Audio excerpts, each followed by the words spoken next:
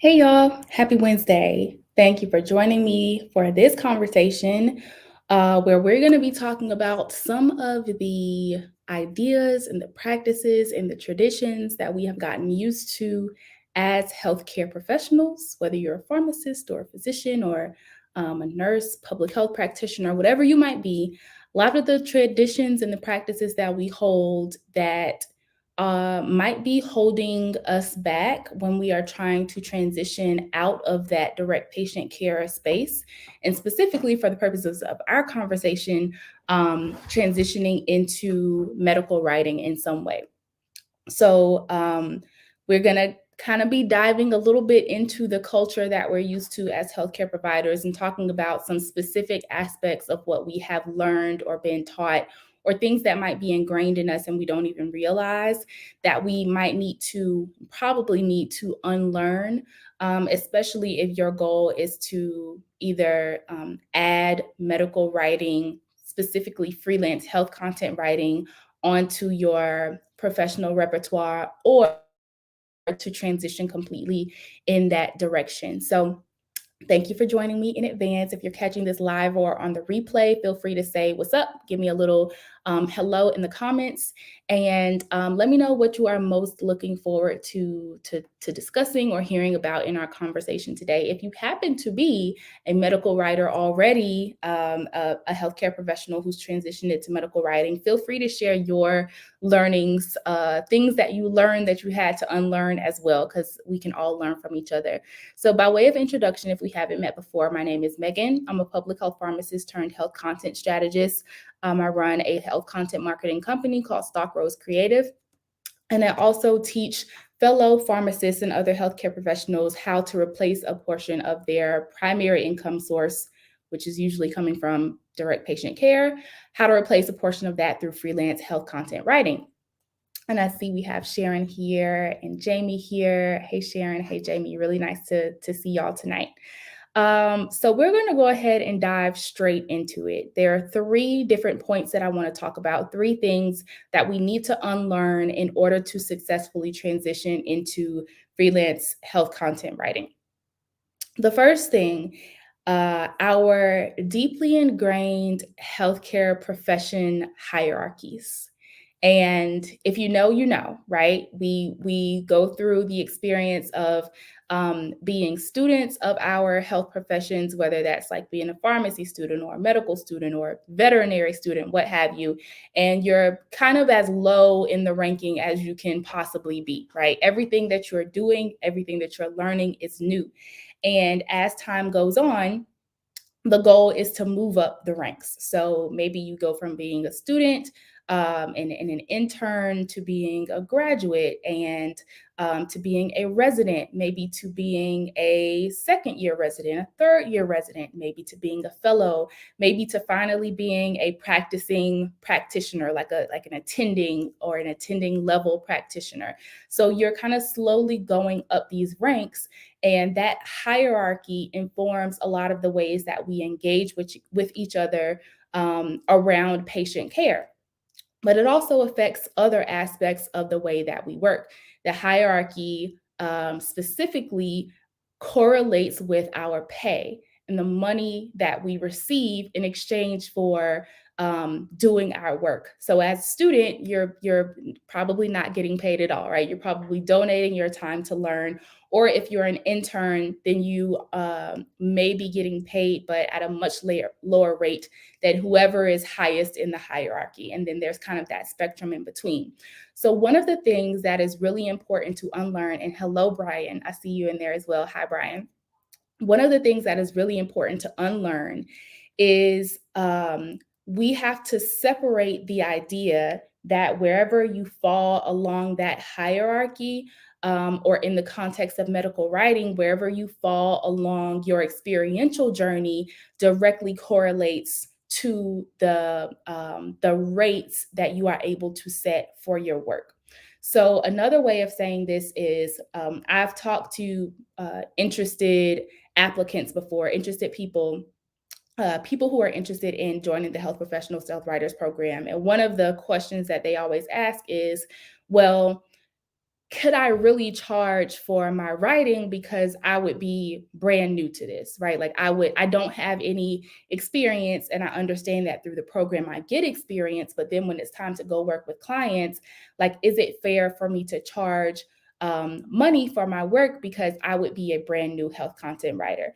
And this is a direct correlation with that hierarchy, and the way that we think about our pay and the value of our work coming from our culture as healthcare professionals, right? If I'm a resident or a fellow, I would expect that whatever salary or stipend I receive would be quite low compared to the salary that a person would receive if they were like a fully practicing, fully credentialed healthcare provider. I would expect that because that is a part of our culture and the traditions that we follow within the healthcare professions. However, we have to remember that the culture of healthcare provision does not necessarily directly correlate to other fields. And health content writing is a very different world. So just because you happen to be a brand new health content writer does not mean you should be out here accepting literal pennies for your work. That's not it's not the same culture as when we're thinking about moving up in the health in the provision of our healthcare services. So it's important to start to kind of dissociate from the idea that your level of experience is going to directly correlate with the rates that you're able to set as a freelance writer. Now, that's not to say that you're going to come out of the gate being able to charge top of the line, because that's not, realistic. We still have to think about this in moderation. There is still experience that you have to gain, and progress that you have to make as a health content writer. But again, there are levels. And just because you're brand new doesn't mean that your rates should be egregiously low, or so low that you are not being compensated for the value that you're providing as a health content writer. One important reminder to for new health content writers out there is that even if you don't have any direct client experience, if you are a health content writer who is also a pharmacist, or who is also a nurse, a physician, an occupational therapist, a dentist, who is a healthcare provider, it's not that you have zero experience.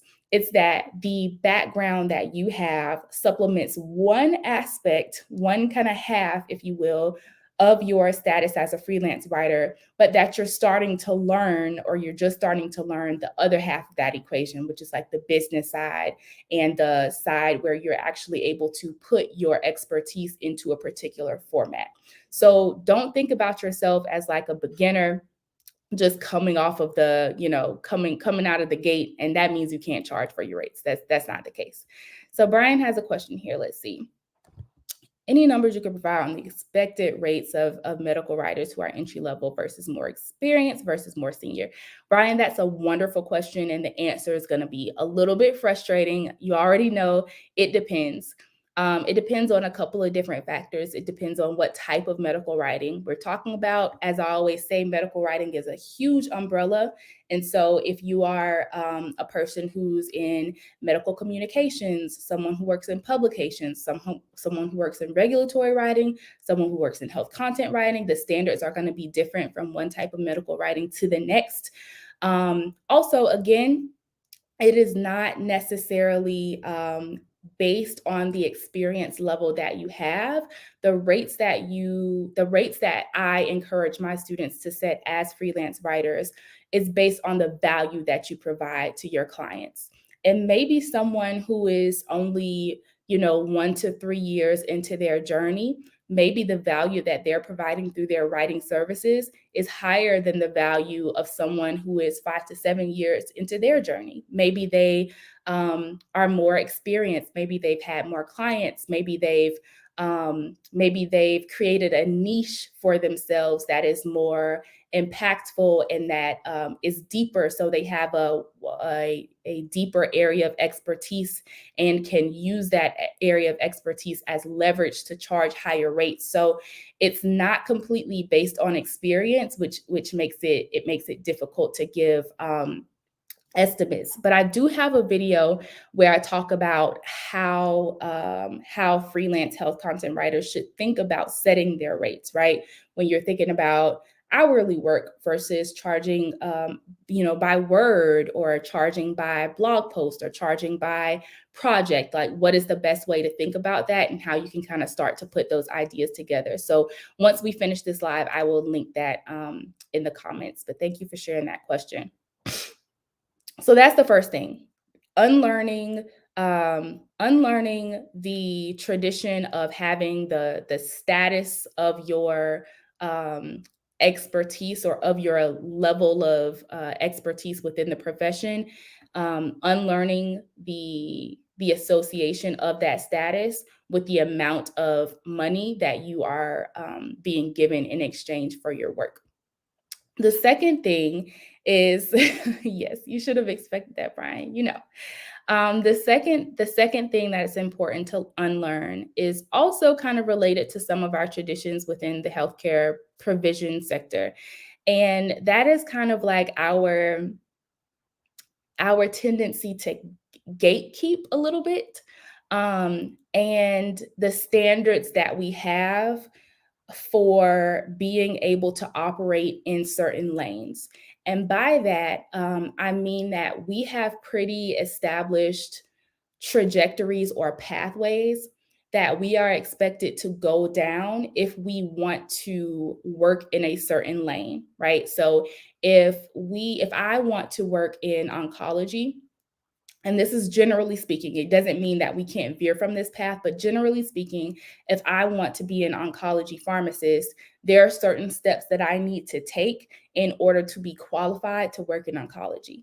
If I want to specialize in, dermatology or skincare, there are certain steps that I need to take to be able to work in that therapeutic area.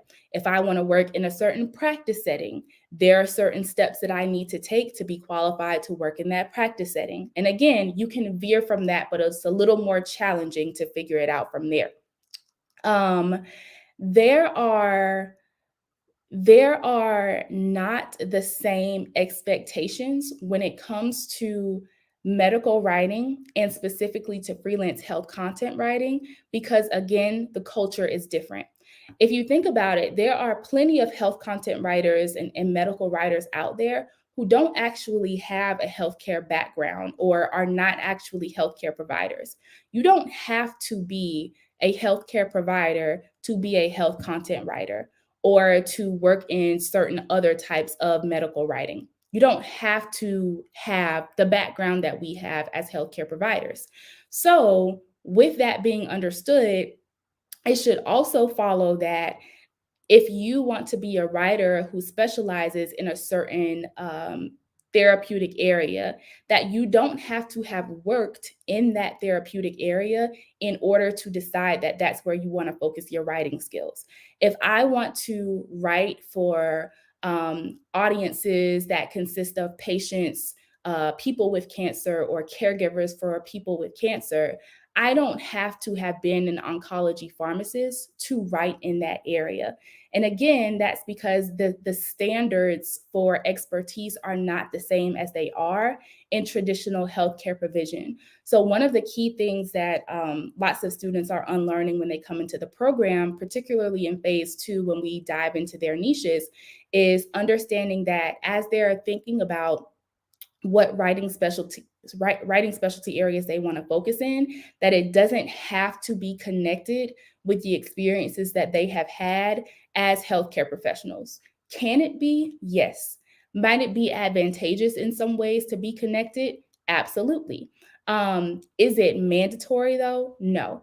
And so that is the second thing that I think is important to unlearn, is unlearning the idea that you have to have had direct experience in a particular therapeutic area or in a particular practice setting in order to be able to write content around that therapeutic area or based on that practice setting. Those two things can go hand in hand, but they don't have to. And that is something that I think people find really freeing, because it allows you the opportunity to explore things that are maybe interesting to you, even though you haven't had direct experience in those areas as a healthcare provider. So let me check the comments. Comments going great. Hello, Steve. NECA says, seems a bit challenging to break in. As someone who's entry level, how do you suggest marketing yourself without previously having direct medical writing experience, especially with contract companies? So this is a great question, Nika. The first thing I'm going to say is, I'm not sure you were here for this part of the conversation, but a reminder for everyone. Thinking about experience as a medical writer is kind of twofold. There's the experience of actually producing or operating in the skill set of writing, right? There's the experience of literally writing. Do you have writing experience? For a lot of healthcare professionals, the answer to that question is no. Or the answer might be yes, but very limited, right? Like maybe I've done a journal club when I was in school. Maybe I wrote a newsletter at my job, or maybe I've had to write a memo at work. Yes, but very minimal, or no. Those are the two most common answers for do you have writing experience. However, the other half of that experience equation is more content-based and knowledge-based. And as healthcare providers, whether you're a pharmacist or any other type of healthcare provider, that is one of our inherent advantages when it comes to medical writing and when it comes to any type of medical writing. That's health content writing, that's other types as well. So one of the things that will serve you when you're thinking about getting started is leaning into that background as an advantage, leaning into that background as a part of your experience. That's something that we all have. That's something that you can leverage and that you can talk about, and that you can use to your advantage. The other thing that you can do is find ways to get that writing experience. You don't have to wait for someone to give you permission to write. You could log off of this live stream and you could go write something right now, like literally right now. You can assign yourself something to write, right? To demonstrate your ability to communicate some type of medical information, whatever aligns with the specific type of medical writing that you're interested in, to prove that you have the ability to communicate that effectively in a written way. And again, I have a couple of videos on that I'll drop in the comments if you need kind of guidance on that. But those are my two biggest suggestions for you at this point. Think about your experience in two ways: the writing experience and the knowledge experience. You have the knowledge because you're a pharmacist. Leverage that. The writing experience, you might not have it immediately, but it's something that you can create, or it's something that you can get and you can build upon. And I think if you lean into those two things, you'll start to see that you're more qualified than you think you are. And you have some aspects of your background that you can lean into as you're trying to market yourself and find these different opportunities out there. Great question. Okay, so I think we finished that second point. The third thing that I wanted to mention, something to unlearn, is the types of continuing education opportunities that we are used to as any type of healthcare professional. A lot of those continuing education opportunities are content-based and they're knowledge-based. So maybe if you need some CE, you go to a dinner, or you pull up a video, or you watch a presentation and it's about a new drug therapy, or the latest research on XYZ medication or XYZ condition, or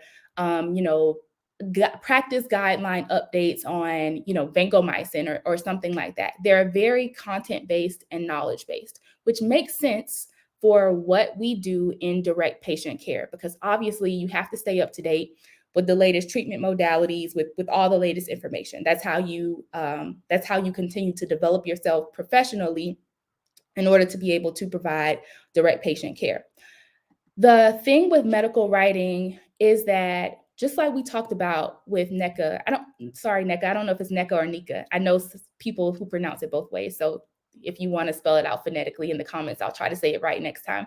But the same thing we were just talking about with NECA in terms of how you're thinking about your writing experience and having that the knowledge and content-based experience and the skill-based experience, is the same way that you have to think about the education and the development that you need in order to make yourself more marketable as a medical writer of any type. So rather than rather than only following those traditional modalities of continuing learning and continuing education, which are going to help you on the knowledge and the content side, you also need to be thinking about ways to build up your capacity and your development on the skill side. And that is specifically with writing. There's not going to be any substitute for the skill set of writing when it comes to medical writing, because that is the core of what companies are looking for when they're hiring medical writers of any kind. They want to know that you can communicate information in a written way. The audience that you're communicating that information to might be different. On the one hand, it might be, an audience of providers or clinicians. It might be an audience of laypersons or patients. It might be an audience of payers. It might be a pharmaceutical audience. The audience might vary. What is consistent, though, is that you are going to have to communicate some information in a written way. And the truth of the matter is that as healthcare providers, that is not something that is inherently a part of our education academically, our training through residencies and, fellowships, depending on what kind of fellowship it is, or through our jobs in the vast majority of cases. Now, again, there are always exceptions to the rule, but as a general rule, that is not a skill set that we develop. So when you are thinking about what type of professional development you need as a healthcare provider who is interested in transitioning into, in this case, freelance health content writing, a part of that needs to be focusing on how you can develop the skill set of writing. I posted a post. I made a post earlier this week that was that included a book recommendation that I have shared in a couple of different spaces. I'll share it here as well. The book is called On Writing Well, and it's by William Zinsser. And it's a really great book for making sure that you have a foundational understanding of how to just communicate a message clearly. Like, how do I write something clearly so that another party can understand it? If you are someone who kind of lacks confidence in your writing skills, not necessarily because you can't, but just because you haven't had to, and you're not sure what kind of a writer you are, or maybe you have heard in the past feedback from, I don't know, a professor or a preceptor that you need to work on your writing, or that you feel like your foundation isn't that great. That book is going to be a great place to start, because those foundational elements of just like communicating a message clearly are going to be important for you to have so that you can build onto that with specific medical writing skills. So if you are someone who's, again, interested in medical writing of any type, freelance health content writing specifically, you're going to want to think about professional development opportunities that allow you to build onto that writing skill set. I think a great place to start is with that book, On Writing Well, by William Zinsser. Also, sometimes if a person doesn't feel like they have a really good grasp on the basics of English language, like grammar, spelling, punctuation, that type of thing, that is all learnable, right? Just because you don't have that solid foundation right now doesn't mean that you can't practice and can't learn it. So sometimes what I'll do is, for people who are in that position, I will recommend looking at platforms like Udemy, like Coursera, like LinkedIn Learning. These are all online education platforms that offer pretty foundational courses in a lot of different topics. In some cases, they're free. In some cases, they do cost some amount of money, but usually are not too prohibitive.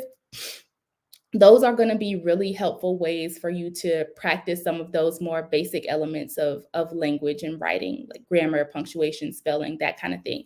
That's something that might be helpful, right? Because again, these are building blocks. You're building on top of the skills so that you can eventually get to the point where you can engage in some of the more complex medical writing, health content writing, development, and progress in that way. So think about those ways that you can continue to build that skill set.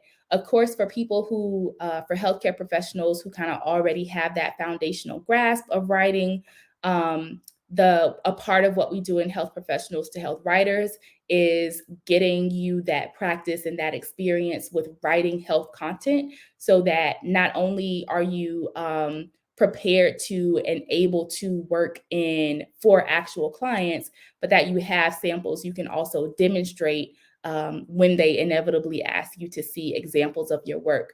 And so that is another, I wouldn't call it a more advanced level, but I would say if you already have like the kind of the foundational, grammar, spelling, punctuation grasp on writing, then that program would be something that could help you develop that health content writing skill more specifically. So just to recap, number one, your experience level as a freelance health content writer does not directly dictate the value of the writing that you provide, and thus the rates that you are able to set. That is something we have to unlearn as healthcare professionals. It is not directly tied to your experience level or to your status. The number two element that we talked about unlearning is that your direct experience does not have to correlate exactly with the writing specialty area that you want to establish. So if you don't have experience in um, cardiology, that does not preclude you from being a health content writer who focuses on, writing blog posts for people with heart disease, right? That is not a limiting factor. You can write about whatever types of health topics you want to write about. You are qualified to do that. You do not have to have a board certification. You don't have to have work experience, etc. You can choose your writing niche based on a lot of different factors. It does not have to be based on your actual work experience. And then the third thing is recognizing that our traditional pathways of continuing education are great, but they are not going to replace the need for you to develop your skills as a writer. And so, depending on where you are in your skill set as a writer, you might want to start with something more foundational, like the On Writing Well book by William Zinsser, that teaches you how to clearly communicate a message, maybe with some basic grammar or spelling courses that you might find on LinkedIn Learning or Udemy or Coursera.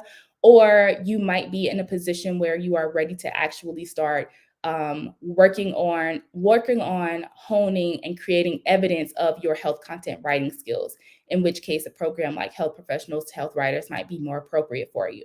So these are not necessarily negative things when we think about them in the context of the culture of the health profession, right? It makes sense to some degree. It makes sense to some degree. I won't go on that tangent, but it makes sense to some degree as healthcare professionals providing patient care. But we have to remember that as you start to explore less traditional fields, we cannot project all of our healthcare provider stuff and the culture of that environment. We cannot necessarily project onto these other fields and onto these other environments. So hopefully this was helpful for you all. As always, if you're interested in joining the waitlist for health professionals to health writers, you can leave the word waitlist in the comments and we can talk about getting you on there. Enrollment will probably open towards the end of this month, and it always opens to people on the wait list first. So let me know if you'd like to join. This has been great conversation in the comments. So if you have other questions that we didn't get to, feel free to leave them and I'll follow up there, and I'll talk to you all next time.